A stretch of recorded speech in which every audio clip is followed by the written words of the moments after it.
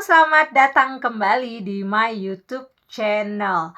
Dengan Momoy lagi di sini, kita hari ini akan bahas mengenai bagaimana cara kita mengetahui orang itu scammer atau bukan di dating online. Oke, kita akan bahas satu persatu. Tapi jangan lupa like dan subscribe-nya. Thank you. Oke guys, jadi aku mau bahas mengenai masalah scammer ya di aplikasi dating online. Banyak banget kan ya yang nanya bagaimana sih caranya kita tahu orang itu scammer atau bukan ya. Oke, kita bahas dulu satu ini ya. Jadi kita harus perlu tahu ya, sebelum memang kita harus kenalan dulu ya, perkenalan, nama masing-masing gitu kan ya. Nah, kita mau tahu dia scammer atau bukan, kita bisa lihat dari cara dia berbicara ya, baik chat ataupun telepon gitu. Jadi kalau dari chat, kita harus lihat bahasa chatnya dia, oke? Jadi kalau misalnya baru pertama kali kalian ketemu gitu ya, baru tukar-tukar nomor WhatsApp misalnya nih contoh ya, dan bahasa pertamanya udah pakai kata honey, love, itu menurut gue terlalu cepat ya buat orang mengatakan honey dan love untuk pertama kali komunikasi, oke? Baik di chat ataupun di telepon. Nah, jadi kita harus waspada, hati-hati, jangan langsung wah gitu ya, dibilang honey, dibilang sayang, cinta, love gitu ya. Jangan langsung gitu ya. Karena bisa jadi pria tersebut atau mungkin wanita tersebut ya, mungkin dia memperlakukan hal yang sama dengan kenalan yang lainnya gitu. Jadi jangan terlalu baper gitu ya.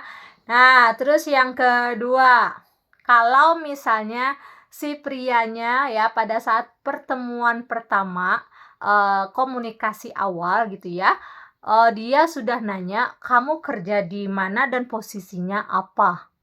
Nah, itu harus hati-hati. Kamu jangan terlalu terbuka juga. Kamu bilang aku direktur di perusahaan bla bla bla bla gitu. Aku manajer di perusahaan bla bla bla bla gitu ya.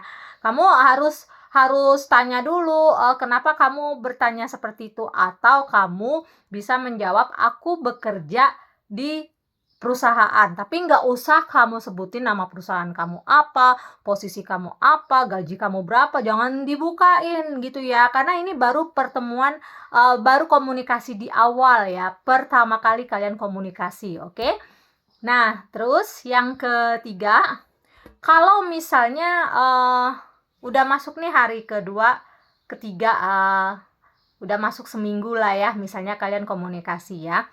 Terus ujung-ujungnya dia ada alasan minjem duit ke kamu ya, dengan alasan ini baik wanita ataupun pria ya, mau buat bisnis nanti dibalikin duitnya, ini buat awal aja karena duit aku bla bla bla bla bla belum bisa dicairin gitu ya. Kalau ujung-ujungnya mereka udah minta duit gitu ya, baru perkenalan juga seminggu gitu kan. Nah, ujung-ujungnya ke duit, nah itu kalian harus hati-hati ya. Siapa tahu orang tersebut hanya mau memanfaatkan kamu. Itu yang gue bilang tadi, kalau misalnya ada yang nanya kamu bekerja di mana ya, posisi kamu apa, itu kamu nggak usah terbuka gitu loh. Bahkan nggak usah bersandiwara juga ya, misalnya kamu hanya karyawan biasa, kamu bilangnya manajer, nggak gitu ya. Lebih baik kamu polos apa adanya, tapi jangan terlalu polos-polos banget, oke? Kamu harus pintar-pintar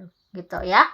Terus yang terakhir nih ya, sepanjang yang gue alamin gitu ya, kalau dia pasang fotonya ya, atau dia ngirimin foto ke kamu, itu selalu dengan hal-hal yang wah, misalnya dia lagi duduk di pesawat jet gitu kan. Nah, atau misalnya dia lagi duduk di restoran mahal ya, terus wajahnya celeng-celeng banget gitu kan, udah kayak artis artis Hollywood gitu kan, wajahnya udah kayak selicin papan seluncur kayak artis Korea gitu kan ya.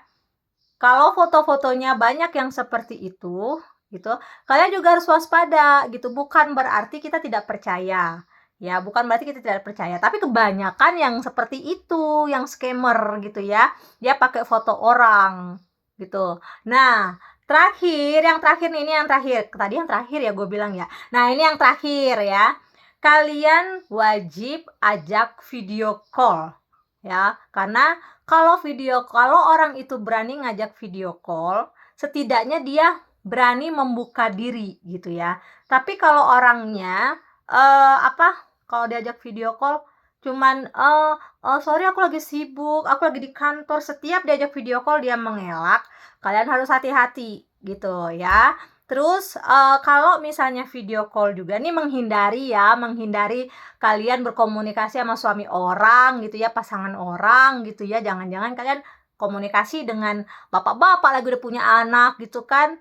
Nah, kalau pada saat video call kalian jangan lupa ya, pastikan kalian ingin tahu gitu loh sekelilingnya gitu. Jadi jangan video call-nya hanya di kantor aja, misalnya di kantin gitu ya, di situ aja setiap hari kamu video call, di situ aja tuh tempatnya. Dan tempatnya tuh misalnya dia di taman sendiri gitu ya. Pokoknya kalian harus main insting gitu ya. Insting kalian tuh harus main gitu. Jadi kalau misalnya video call tuh kalian harus tahu juga keadaan di rumahnya tuh seperti apa gitu. Kalian pengen, ibarat kata gini deh, kalian pengen tahu deh aktivitas lo tuh apa sih hari ini, pengen tahu dong gitu loh. Jadi kan kalian tahu kalau emang dia single, ya dia terbuka gitu loh. Kayak maaf ya, kayak contoh suami aku ya, juga dulu begitu aku.